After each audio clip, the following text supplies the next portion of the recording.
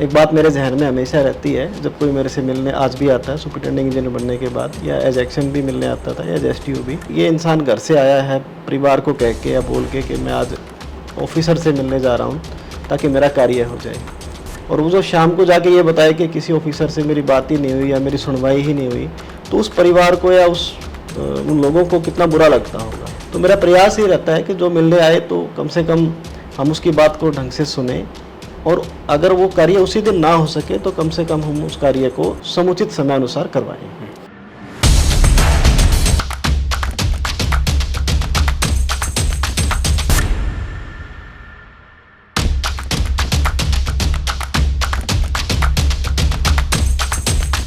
एक बार हम 4-5 दोस्त मिलके शिमला गए थे, और हमने किसी तरह पैसे इकट्ठे करके और कंट्रीब्यूट करके कैमरा लिया था। एक ही कैमरे में सभी फ़ोटो ली गई थी, तो जब हम वापस आए तो उस दोस्त ने वो कैमरा खो दिया था।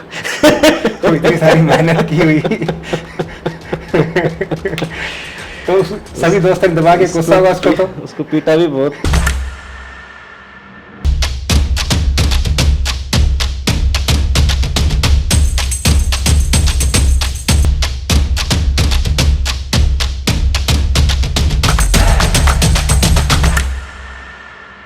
दोस्तों नमस्कार, मैं हूं सुरेंद्र नैन, और आज हमारे साथ इस चर्चा में बेहद ख़ास मेहमान है ऑपरेशन हिसार सर्कल के एससी ओमवीर सिंह जी है।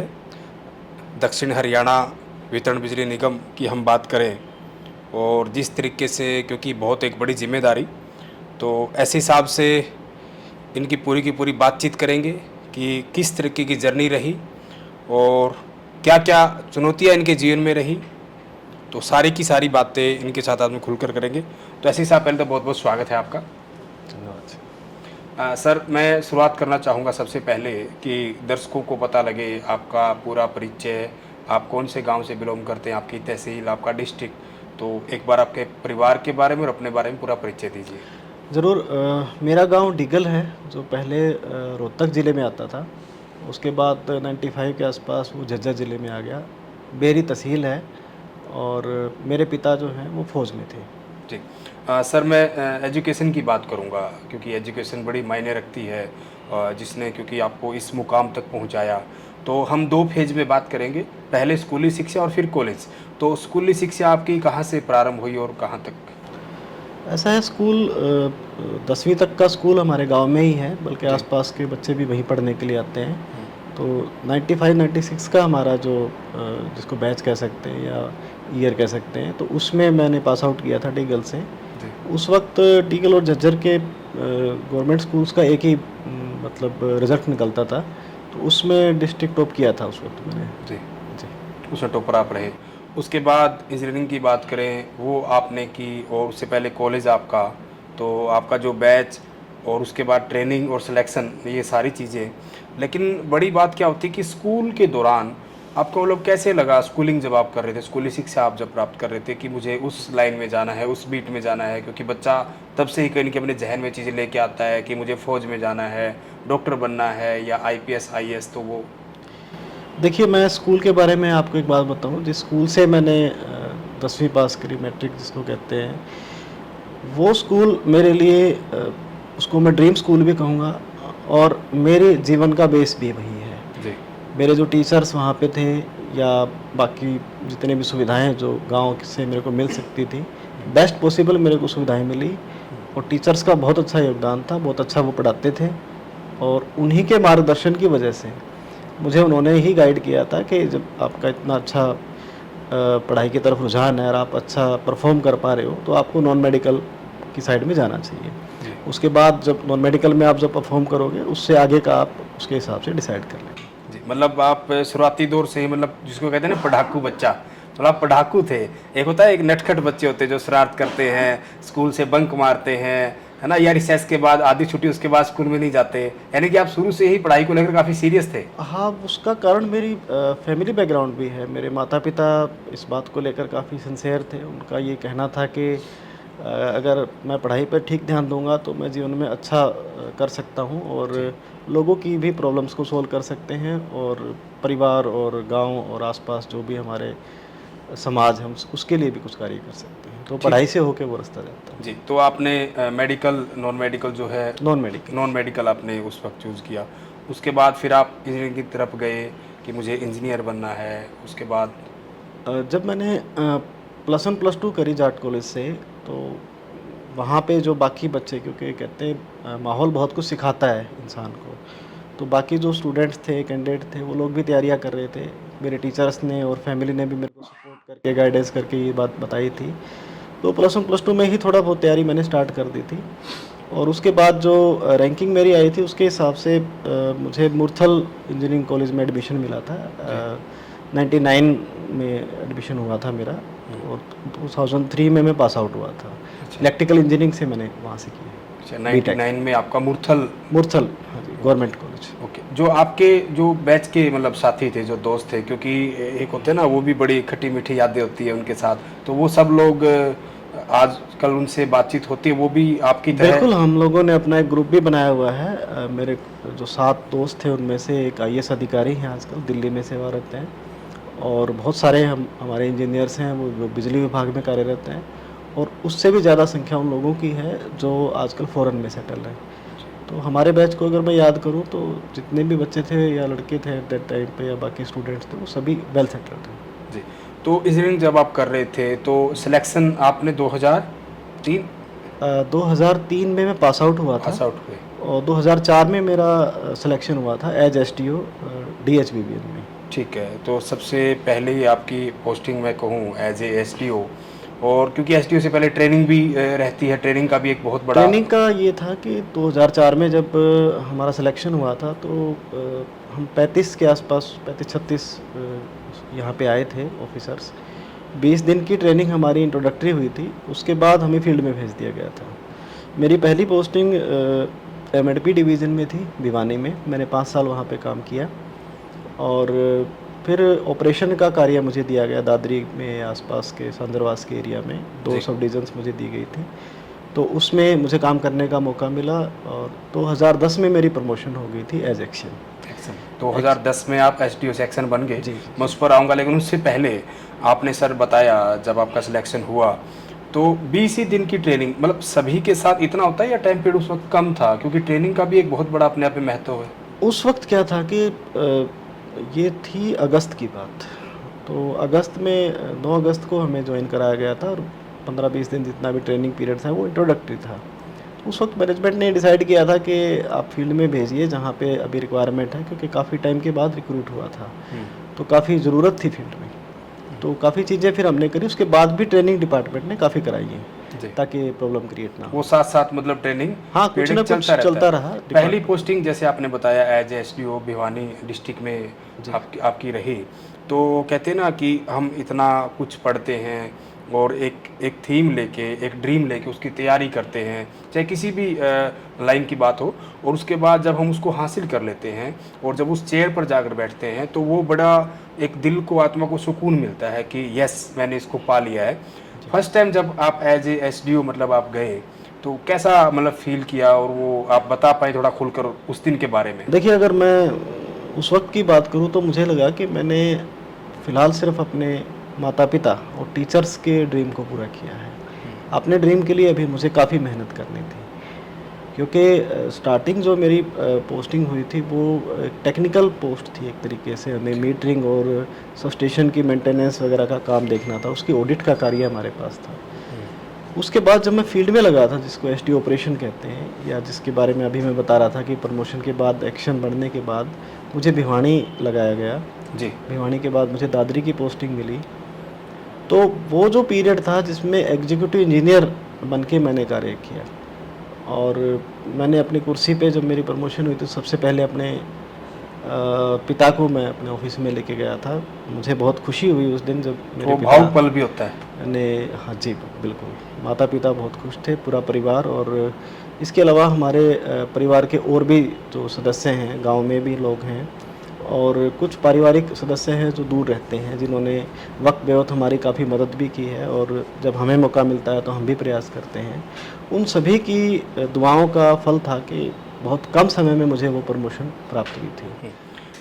तो एसडीओ से एक्शन तक का 2010 में आप एज एक्शन प्रमोट हुए, तो उसका सफ़र कैसा रहा? क्योंकि एसडीओ तो वो कहते हैं ना कि जैसे हम आर्मी के हिसाब से देखें, सिपाही शुरू में सिपाही जब होता है तो उसको सारे काम करने पड़ते हैं, हर तरीके के काम उसको आने चाहिए। हालांकि ठीक है, एक बड़ा ऑफिसर जब बन जाता है कर्नल जनरल रैंक का, तो उसका एक अलग वो विज़न हो जाता है। लेकिन एज ए एसडीओ तो बहुत सारी चीज़, और जैसे आपने कहा, और ये बहुत बड़ी बात आपने कही, मुझे अच्छी भी लगी कि जब एज ए आपने जब ज्वाइन, आपका सिलेक्शन हुआ और एज ए एसडीओ आपने ज्वाइन किया, तो वो सिर्फ आपके माता पिता का और आपके टीचर्स का ड्रीम था। मेरा ड्रीम्स उस वक्त अधूरा था, यानी कि आपको बहुत कुछ पाना था, और जो आज शायद आप काफ़ी हद तक पा भी चुके हैं। तो वो जो एसडीओ का, एज ए एसडीओ का टाइम पीरियड रहा, वो अनुभव कैसा रहा? देखिए, जैसे मैंने बताया कि मैंने टेक्निकल वर्क पहले किया 5 साल, तो उसमें तो काफ़ी कुछ कार्य हाथ से करने का था। जैसे चीज़ों को, मीटर्स को लगाना, सीखना, वो सीखने का मेरा पीरियड था। फील्ड में जब हम काम करते हैं एज एसटी ऑपरेशन, तो उसमें वो चीज़ें आती हैं जिसमें हम पब्लिक की ग्रीवेंसेस की तरफ जाते हैं, और यही वो चीज़ थी जो मुझे इस डिपार्टमेंट में सबसे अच्छी लगती है। एज ए एसडीओ, क्योंकि मैं बारी बारी फिर बात करूँगा फिर एक्शन की, एज ए एसडीओ कोई ऐसी चीज़ आपको आज तक भी हमेशा याद आती हो कि पिछले 15-20 सालों की, कि कई बार होते हैं ना, क्योंकि बिजली महकमा सीधा सीधा लोगों से जुड़ा है, जैसे कुछ चीज़ें हैं जैसे एजुकेशन, हेल्थ और इस तरह की चीज़ें जो सीधा सीधा आम लोगों से जुड़ा होता है। बिजली की हर किसी को आवश्यकता है, और ख़ासकर गर्मी के सीज़न में तो बड़ी मारामारी हो जाती है, प्रेशर भी बढ़ जाता है।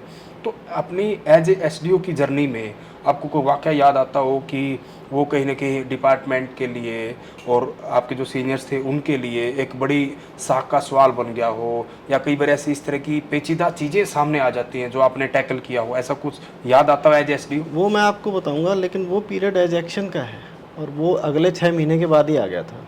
अच्छा, जी। तो हम फिर एक्शन की पे आ जाते हैं। एक्शन तो 2010 में सर आप एक्शन प्रमोट हुए, तो एक बार फिर सुकून परिवार को भी, और हाँ, बिल्कुल। और मैं उस चीज़ को पसंद इसलिए करता था क्योंकि मैं लोगों के बीच रहना पसंद करता हूँ। उनकी प्रॉब्लम्स को दूर करने में जो मुझे आनंद मिलता है, उनकी प्रॉब्लम्स के साथ चलने में, ताकि वो लोग कुछ समय के बाद ये महसूस कर सकें कि हाँ, पहले हम इस स्टेज पे थे, आज हम उस कार्य को पूरा कर चुके हैं, तो हमें कैसा लगता है। एक बात मेरे ज़हन में हमेशा रहती है, जब कोई मेरे से मिलने आज भी आता है सुपरिटेंडिंग इंजीनियर बनने के बाद, या एज एक्शन भी मिलने आता था, या एज एसटीओ भी, तो मन में ये भाव मेरे ज़रूर आता था कि ये इंसान घर से आया है परिवार को कह के या बोल के मैं आज ऑफिसर से मिलने जा रहा हूँ ताकि मेरा कार्य हो जाए। और वो जो शाम को जाके ये बताए कि किसी ऑफिसर से मेरी बात ही नहीं हुई या मेरी सुनवाई ही नहीं हुई, तो उस परिवार को या उन लोगों को कितना बुरा लगता होगा। ये भाव मेरे मन में हमेशा रहता है। तो मेरा प्रयास ये रहता है कि जो मिलने आए तो कम से कम हम उसकी बात को ढंग से सुने, और अगर वो कार्य उसी दिन ना हो सके तो कम से कम हम उस कार्य को समुचित समय अनुसार करवाएं। जो आपने बात बताई सर भाव वाली, क्योंकि मैंने खुद इसको फील किया इंटरव्यू से पहले जब हम आपके ऑफिस में थे, और आपके कहने की जो कार्य करने का तरीका है उसको हम देख रहे थे, जो लोग आपसे मिलने आ रहे थे तो हम भी उनको देख रहे थे, हमारी नज़रों से भी देख रहे थे, और हमने कैमरे से भी उस वाक़या को, पूरी चीज़ों को रिकॉर्ड भी हम साथ साथ कर रहे थे। कहीं ना कहीं आपके अंदर ये था कि बार बार आप पूछ रहे थे कि और है कोई मिलने वाला, बाहर है कोई, और जो भी आ रहा था, एक तो बुजुर्ग थे हिसार के ही किसी गांव के, तो उन्होंने बोला कि साहब हमें बहुत अच्छा लगा, और इस तरीके का भाव, और आप मतलब कोई ज़्यादा आपने रिएक्ट नहीं किया, आपने कहा कि सब ऊपर वाला परमात्मा, और मतलब ये चीज़ें वाकई सुकून देती। नहीं तो कई बार ऐसा भी होता है, और मुझे ये कहने में गुरेज भी नहीं है कैमरे के ऊपर, बहुत सारे ऑफिसर अलग अलग मैं डिपार्टमेंट्स की बात करूँ, अंदर होता है, बाहर लोग खड़े होते हैं जो पब्लिक डील का जिनका काम है कि कहीं ना कहीं साहब अभी मीटिंग में है, साहब अभी बिजी। हालांकि काफ़ी दफ़ा मीटिंग्स होती हैं डिपार्टमेंटल, गवर्नमेंट के साथ भी सारी चीज़ें चलती हैं, बट होता कुछ अलग अंदर है। चाय पी रहे हैं, अपने जो भी है वो कर रहे हैं क्रियाकलाप, लेकिन बाहर जनता परेशान हो रही है। आपके इस केस में मतलब इसके उल्ट मुझे नज़र आया, आप बार बार मतलब अपने जो है गेटमैन उसको बार पूछ भी रहे थे कि और हैं कोई मिलने वाले तो भेजो। ये ऐसा है, मैंने बहुत सारी चीज़ें देखी हैं डिपार्टमेंट में, अदर डिपार्टमेंट्स में भी, तो मेरे मन में एक विचार ज़रूर रहता है हमेशा ही कि हम चाहे मीटिंग कर रहे हैं, चाहे हम फाइल वर्क कर रहे हैं, चाहे कोई और कार्य कर रहे हैं, वो सब कुछ उस पब्लिक के लिए ही है। और अगर हमने उसी को बाहर बिठा दिया है और हम घंटों उसको इंतजार करा रहे हैं तो उस कार्य का कोई ज़्यादा फल मुझे प्रतीत नहीं होता। किसी तरह की कोई मजबूरी हो, कोई सीनियर अधिकारी वीसी कर रहे हैं जिसमें अलाउ नहीं कर सकते हम पब्लिक को, तब तो बात अलग है। अदरवाइज़ मेरा प्रयास ये रहता है कि जब मैं खुद मीटिंग लेता हूँ ऑफिसर्स की तो मैं 4-5 चेयर्स खाली छोड़ता हूँ ताकि कोई मिलने वाला आना चाहे या कोई अपनी बात कहना चाहे तो वो आ सके, और उसके बैठने की व्यवस्था भी सुनी जा सके, उसके बैठने की व्यवस्था भी हो ताकि उसे खड़ा ना रहना पड़े।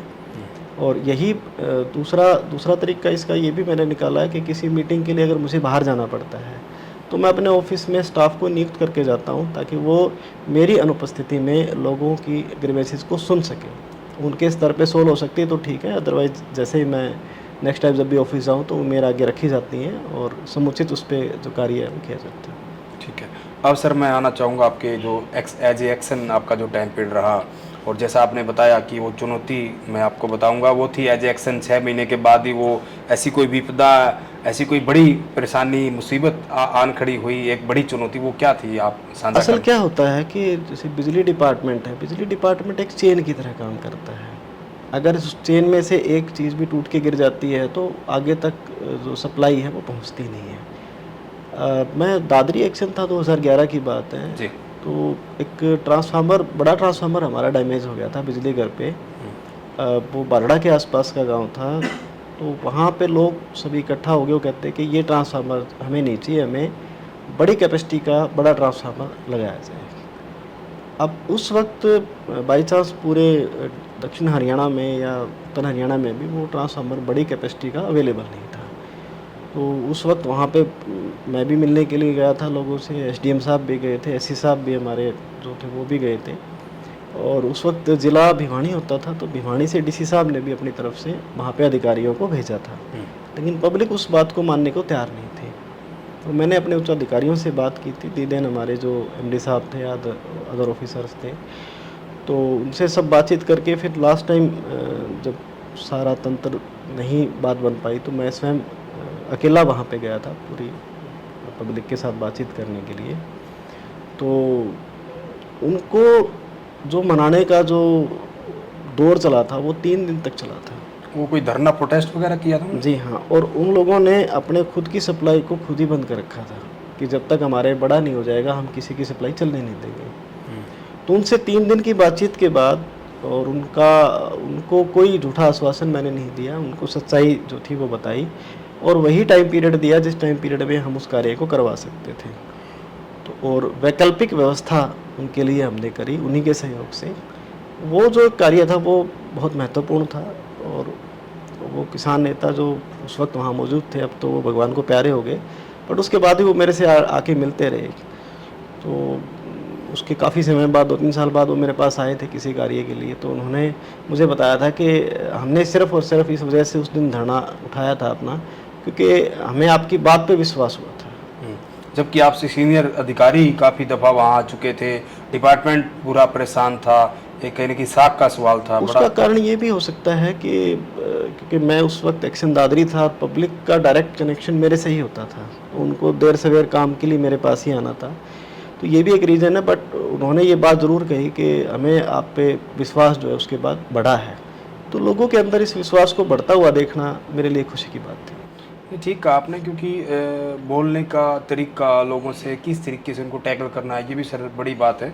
चाहे मैं IAS IPS की भी बात करूं, DC लेवल के अधिकारी हो या SP लेवल के अधिकारी हों, जब कहीं ना कहीं जब किसी भी कहीं न कहीं मुद्दे को लेकर, किसी मांग को लेकर या परेशानी को लेकर लोग जब धरना देते हैं या रोड ब्लॉक कर दी जाती है, अलग अलग जहाँ भी चीज़ें होती है, तो वहाँ पे जब इस तरह के अधिकारी जाते हैं तो उनके लिए वो बड़ी अपने आप में एक बड़ी समस्या होती है कि कैसे आखिर उन लोगों को मनवाया जाए, और जो चीज़ कहीं ना कहीं रोक दी गई है उसको कैसे फिर से सुचारू किया जाए। ये वाकई अपने आप में एक बड़ी इस तरह की चीज़ें होने के बाद डिस्ट्रिक्ट एडमिनिस्ट्रेशन ने भी, मैं अपनी सर्विस में 4 बार डिस्ट्रिक्ट एडमिनिस्ट्रेशन से सम्मानित हुआ हूँ और सांगवान खाप से भी सम्मानित हुआ हूँ, और अलग अलग सामाजिक संगठनों ने भी मुझे सम्मानित किया है। उसके पीछे मैं ये मानता हूँ कि जो जैसे कि आपने बताया, हम लोगों की बातें सुनते हैं या उनकी ग्रीवेंसेस को सोल्व करते हैं, या उनको लगता है कि हम उनमें से ही एक हैं, वो भरोसा भी करते हैं, हम उस भरोसे को कायम भी रखते हैं। तो उस मेल जोल के कारण, क्योंकि दूसरी बात जो मेरा ये मानना है कि पब्लिक के सहयोग के बिना सरकार की भी योजनाएं सफल नहीं हो पाती। या कोई और कार्य जो हम पब्लिक के लिए करना चाहें तो उसमें पब्लिक का सहयोग सबसे ऊपर है। तो वो मुझे हर जगह मिलता रहा है, मैं उसके लिए बड़ा धन्यवादी हूँ। और साथ के साथ जो डिस्ट्रिक्ट एडमिनिस्ट्रेशन और मेरे सीनियर ऑफिसर्स हैं, सभी का सहयोग बहुत बेहतरीन रहा, जिसकी वजह से समय पे सारे कार्य भी होते गए और ठीक काम हो रहा है। नहीं, अच्छा कहा आपने कि आपको भी फीडबैक लोगों से अच्छा मिलता है, आपको लोग प्यार करते हैं, स्नेह करते हैं। और सर वो बात है ना कि जैसे को तैसा, मतलब जैसा आप व्यवहार करोगे लोग भी वैसा आपसे करेंगे, तो ये ठीक है। एज ए एक्शन की जो आपकी जर्नी थी वो मतलब कितनी लंबी रही? आप एससी कब प्रमोट हुए? मैं 2010 में एक्शन बना था, जैसे मैंने बताया, तो एससी बनने के लिए 12 साल का इंतज़ार करना पड़ा। 2022 में प्रमोशन हुई थी, कुछ कोर्ट केस वगैरह चल रहे थे या कुछ और प्रॉब्लम्स रहती हैं, कई बार लंबी सर्विस में कुछ छोटी मोटी प्रॉब्लम्स आ जाती हैं। तो उस हिसाब से मुझे रिसेंटली अभी 2-3 दिन पहले ही, मतलब 2 साल पूरे हुए हैं प्रमोशन के। जी बिल्कुल। 2022 में आप एससी बन जी, गए, जुलाई में। Superintendent of engineer. तो एज ए एससी कहाँ सर पोस्टिंग आपकी आई?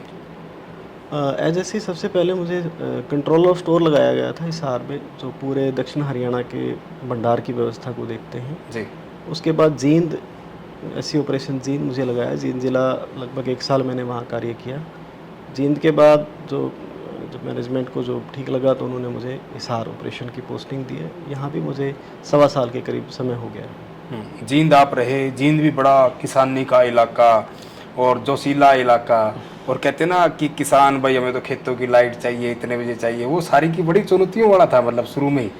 जींद का एरिया, मेरी सर्विस में भिवानी के बाद जींद बड़ा ज़िला मुझे मिला था, क्योंकि जी। भिवानी और दादरी मिला के काफ़ी बड़ा एरिया हो जाता है। तो मुझे काफ़ी अनुभव इस बात का है कि किसानों की क्या समस्याएं हैं, किस तरह से उनको दूर किया जा सकता है, या कैसे उनके साथ बातचीत करके हम समस्याओं को सुलझा सकते हैं। तो वो अनुभव मुझे बहुत काम आया। एज सुपरिटेंडिंग इंजीनियर लोगों को लगता है शायद जींद डिफ़िकल्ट एरिया होगा, या वहाँ के डिप्टी कमिश्नर और एसपी साहब हैं उनको भी लगता तो है कि डिफ़िकल्ट एरिया है। पर मैं ये कहूँगा कि मुझे 1 साल मेरा कैसे बीत गया मुझे पता ही नहीं चला। लोगों को इतना सहयोग मिला और समस्याएं समय पे सोल्व होती चली गई। और वहाँ भी ज्वाइन करने के 2 महीने के अंदर अंदर अप्रिशिएशन लेटर डिपार्टमेंट डीसी साहब की तरफ से मुझे अपने आप ही मिल गया था। यानी कि जो जो आपको जिम्मेदारी मिली बेखूबी आपने निभाई, और ना सिर्फ लोगों की समस्याओं को दूर किया बल्कि कहीं न कहीं उसके बदले कहीं न कहीं सरकार की तरफ से कहें या फिर प्रशासन की तरफ से कहें, आपको सम्मानित भी किया कि आपको बिल्कुल, मैं ये मानता हूँ जब मुझे सम्मानित किया जाता है तो डिपार्टमेंट सम्मानित हो रहा है। और डिपार्टमेंट सम्मानित हो रहा है तो जो हमारी टीम जो हमारे साथ काम करती है, जैसे एज एससी 1000 से 1200 के करीब हमारे ऐसे आदमी हैं जो बिल्कुल डटे रहते हैं फील्ड में, तो वो उन लोगों का सबका सम्मान है। उनकी टीम का लीडर होने के नाते मुझे बेहद खुशी होती है कि हमारी टीम को ये सम्मान मिला। अब सर जींद के बाद जिस तरीके से आप लगातार, मैं हिसार की बात करूँ, दक्षिण हरियाणा बिजली वितरण निगम, आप एज ए सर्कल ऑपरेशनल यहाँ पे सुपरिटेंडेंट ऑफ इंजीनियर हैं, और एज ए एससी आप यहाँ जिम्मेदारी निभा रहे हैं। और हिसार के लिहाज से देखूँ तो हिसार बहुत बड़ा ज़िला है, हालांकि पहले भिवानी भी बड़ा ज़िला था, लेकिन जिस तरीके से हिसार की बात करूँ तो यहाँ के अनुभव आपके, यहाँ भी बड़ी सारी चीज़ें जिम्मेदारियाँ। हिसार में हमें समस्या आई थी जब मैंने पिछले साल यहाँ पे ज्वाइन किया था, तो हालांकि इस साल गर्मी ज़्यादा पड़ी, पिछली बार इतनी गर्मी नहीं थी। तो जो हमें समस्याएं आई हमने उनको चुनौती के तौर पे लिया और वो जगह चिन्हित की कि जहाँ जहाँ पे हम एडिशनल ट्रांसफार्मर्स लगा सकते हैं ताकि लोगों को राहत मिले। जहाँ पे तार टूटता था उस तार को बदलने का प्रयास किया हमने 160 200 केवीए के ट्रांसफार्मर लगाए हैं शहर में 1 साल के अंदर, जो एक रिकॉर्ड है। इसके अलावा बाकी कैपेसिटी का कुछ बड़ा करना है, कुछ एडिशनल लगाना है, वो मिला के 200 से ज़्यादा ही ट्रांसफार्मर शहर के अंदर लगाए हैं, जिसमें हमारी टीम को, बिजली बोर्ड को, बिजली निगम को मेयर साहब ने भी सम्मानित किया। कमिश्नर म्यूनसिपल कॉरपोरेशन जो हमारे हैं उन्होंने गिफ्ट भी दिया और पत्र भी दिया कि भाई आप लोगों ने बहुत अच्छा काम किया, और सभी पार्षदों ने खड़े होकर हमारी टीम को सम्मानित किया। हिसार में कुछ और ऐसी चीज़ें, क्योंकि जब तक आप यहाँ ऐसी हैं कि मन में आपने बताया कि ये चीज़ें दूर की, और कहते हैं ना कि सुधार कितना भी कर ले उतना ही कम होता है। और ख़ासकर मैं एक आपसे, अगर आप कंफर्ट हो वो बात बताने में, जिस तरीके से जो ट्यूबवेल कनेक्शन जो किसानों को मिलने थे, हालांकि गवर्नमेंट बदलती रहती है और मिनिस्टर भी बदलते रहते हैं, उनकी तरफ से चाहे मैनिफेस्टो की बात करूं, घोषणा पत्र वो कहीं न कहीं किया जाता है, ट्यूबवेल कनेक्शन, वो सारी की सारी चीज़ें। तो ग्रामीण परिवेश की मैं बात करूँ, किसानों को सबसे बड़ा मुद्दा था ट्यूबवेल कनेक्शन ना मिल पाना। तो आप कुछ हिसार सर्कल का कुछ आप डाटा बता पाएँ कि कब तक के जो ट्यूबवेल देखिए, कनेक्शन है मैं वो। थोड़ा-सा बता देता हूँ आपको कि 2019 से 2021 के बीच में जिन्होंने हमारी कंप्लायंस कर दी है डिपार्टमेंट के सारे जो रूल रेगुलेशन हैं, उन सब के ट्यूबवेल कनेक्शन रिलीज़ करने के लिए वर्क ऑर्डर हिसार सर्कल की तरफ से जारी हो चुके हैं। वो मैं 1 हफ़्ते पहले ही जारी कर दिए, उस पे कार्य चल रहा है। मुझे उम्मीद है कि हम 1.5 से 2 महीने के अंदर वो सभी कनेक्शन जो है वो रिलीज़ कर देंगे। आज भी किसान यूनियन के जो नेता हैं यहाँ पे भिन्न-भिन्न संगठनों के, वो सभी मिलजुल के मेरे ऑफ़िस में आए हुए थे। तो वो भी इस बात की प्रशंसा कर रहे थे कि आप लोगों ने टाइम से ही ऑर्डर कर दिए हैं और हमारा काम हो जाए तो 1 डेढ़ महीने तो कोई बड़ी बात नहीं है। तो वो सैटिस्फाई थे सभी इस बात से। अच्छा, उसके साथ-साथ सर ये भी रहता है, जैसे होते हैं ना कि आप हमेशा लोगों के लिए, आपने कहा कि मैं लोगों के लिए होता है अधिकारी, तो लोगों की समस्या दूर करने के लिए, तो होता है ना भाग-दौड़ भरी ज़िंदगी लेकिन थकना मना है।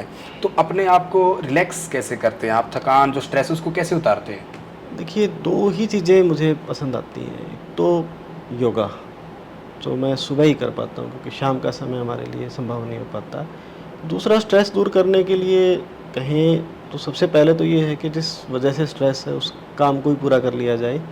अदरवाइज़ थोड़ा-सा समय मिलते ही मैं वॉकिंग करना पसंद करता हूँ, मुझे घूमना बहुत पसंद है। और अगर वो नेचुरल एनवायरनमेंट हो, वातावरण हो इस तरह का जहाँ पेड़-पौधे हैं तो वो बहुत अच्छी बात है। कुछ और भी जैसे खाने-पीने का फूडी हो, मतलब शौक है ऐसा?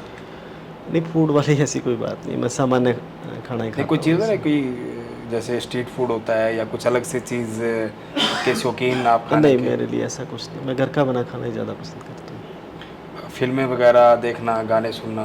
वो कभी-कभार परिवार के साथ फ़िल्में देखना तो चलो हो जाता है, बट उसके लिए इतना ज़्यादा समय मिल नहीं किस पाता तरह है। के गाने आप, न्यू जनरेशन या ओल्ड?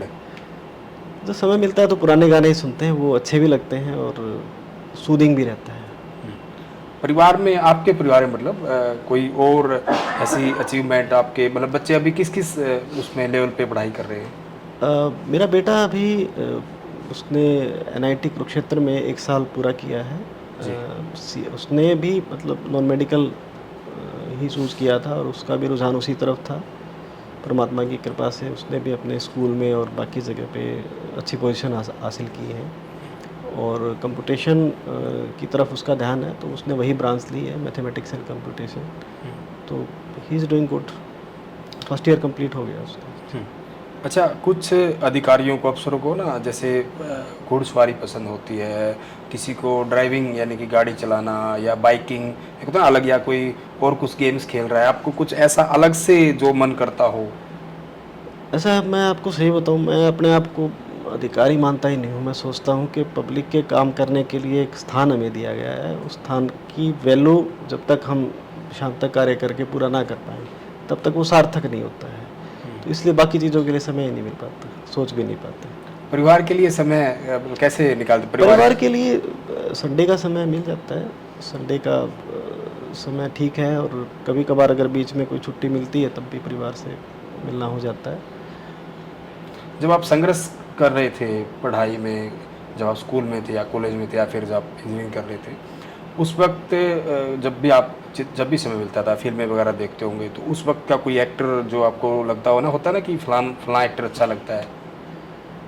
देखिए, जब हम कॉलेज में थे तब तो दोस्तों के साथ बहुत सारी चीज़ें देख लेते थे। फ़िल्में भी देख लेते थे, गाने भी सुनते थे। वो एक समय ऐसा होता है जिसमें माहौल बन जाता है। बट क्योंकि वो सारे दोस्त आपको सुन भी रहे हैं, वो सारी यादें मतलब ताज़ा भी होंगी। होता ना कई बार कि चलो आज छुट्टी का दिन है, आज ऑफ है, यानी कि मैं स्कूल कॉलेज की बात कर रहा हूँ, ड्यूटी से पहले की, फिल्म देखने चलते हैं, कहीं ऐसा गए हो घूमने, जो कुछ एक अच्छी ट्रिप रही हो, यादगार रही हो? यादगार तो एक बार हम 4-5 दोस्त मिलके शिमला गए थे और हमने किसी तरह पैसे इकट्ठे करके और कंट्रीब्यूट करके कैमरा लिया था किराए पे जी। और हम 4 दोस्त शिमला गए, फ़ोटो वगैरह खूब ली, बट वो काफ़ी पुरानी बात होगी, मेरे ख्याल से तो 2002 के आसपास की वो बात है। करीब 22 साल पुरानी बात।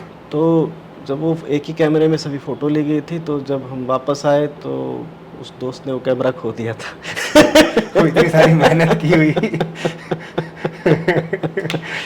तो सभी दोस्तों ने दबा के गुस्सा हुआ उसको, तो उसको पीटा भी बहुत सबने मिल के, बट चलो वो दोस्त है, भूल की हो जाती हैं चीज़ें। हाँ, जानबूझ के तो भी इस किया तरह था की वो। बहुत सारी चीज़ें तो खैर कॉलेज लाइफ में होती ही हैं, हंसी मजाक है चीज़ें, कुछ ऐसी ऐसी बातें हो जाती हैं जो याद रह जाती हैं। अच्छा, एक सर मेरे चीज़ दिमाग में आई, मैं सोच रहा था जब विजुअल हम ले रहे थे तो बॉस इज़ बैक एक स्टिकर लगा हुआ था, क्योंकि होता ना, वैसे तो सभी के बच्चे प्यारे होते हैं, लाड करते हैं, लेकिन आपका है प्यार बेहद है। लेकिन जिस तरीके से आपने कहा ना कि वो टीचर्स के लिए उनका ड्रीम पूरा हुआ था, फैमिली का हुआ था, आपने ऐसा मन में ठान रखा हो कि यस मुझे वहाँ तक पहुँचना है, वो चीज़ सुकून वाली?